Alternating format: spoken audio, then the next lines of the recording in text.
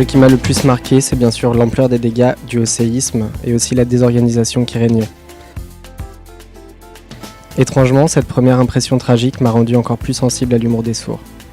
Lorsque nous les avons rassemblés, ils nous ont raconté, sous forme de petits sketchs en langue de signes, ce qui leur était arrivé pendant le tremblement de terre. Ça m'a beaucoup touché.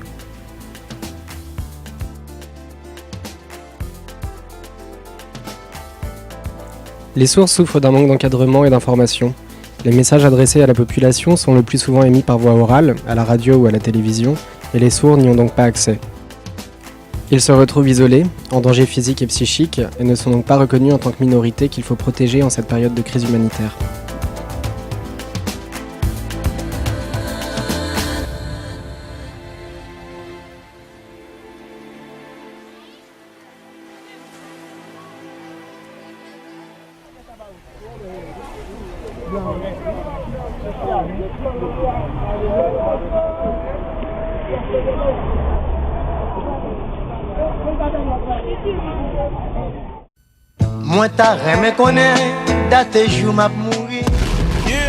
Le but de ce voyage était de faire un rapport destiné à sensibiliser la communauté internationale sur le sort des sourds en Haïti. Il s'agissait aussi de communiquer aux sourds du monde entier les conditions de vie de leurs homologues haïtiens, ce sujet étant rarement traité dans les médias. En effet, les sourds sont très solidaires entre eux, et beaucoup étaient inquiets du sort des sourds haïtiens. Il était donc vraiment important pour eux que l'on intervienne et qu'on leur vienne en aide.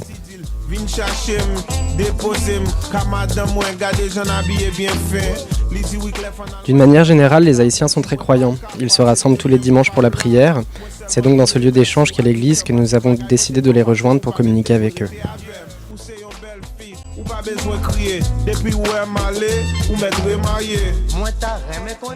Notre principal objectif à l'issue de cette mission est effectivement de créer un centre d'hébergement réservé à la communauté des sourds. Aujourd'hui, dispersés dans plusieurs camps humanitaires, les sourds sont plus vulnérables et isolés. Les rassembler permettrait de mieux répondre à leurs besoins spécifiques. On pourrait ainsi les comptabiliser et sélectionner ceux qui pourraient participer au programme de reconstruction de leur pays. Ce rassemblement sert aussi à faciliter l'accès à l'aide internationale dont ils doivent bénéficier au même titre que les autres. Je pense notamment au programme Cash for Work de l'ONU qui leur permettrait de travailler à cette reconstruction.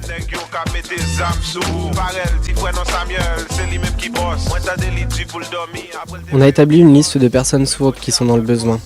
Environ 400 ont déjà été recensés et ont été contactés par les leaders de la communauté des sourds haïtiens. Nous avons rencontré les autorités haïtiennes comme le maire de Delmas, Gaël Jean, et le secrétaire d'État auprès des personnes handicapées, Michel Péan, afin de les sensibiliser à notre démarche.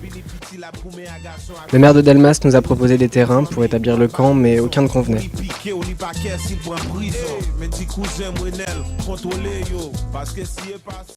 Depuis notre retour, nous avons reçu une bonne nouvelle. Suite à notre démarche, les autorités haïtiennes auraient trouvé un terrain propice à l'établissement de ce camp. C'est un long projet qui prend du temps car c'est la première fois que ce genre d'initiative est prise pour les sourds.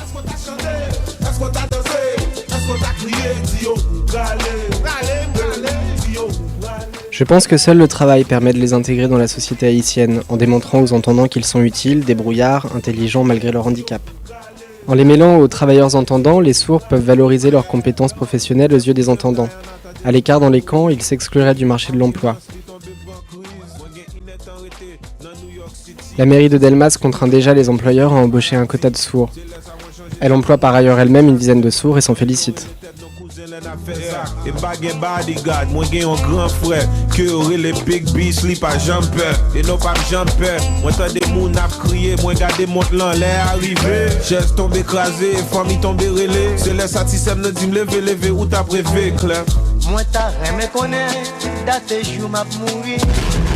Te gen 24 temps pour vie. Est-ce qu'on t'a chanté? Est-ce qu'on t'a dansé? Est-ce qu'on t'a crié? Dis yo, râlez, dis yo, râlez. Non, nous te gen 24 temps pour vie. Est-ce qu'on t'a chanté? Est-ce qu'on t'a dansé? Est-ce qu'on t'a crié? Dis yo, râlez.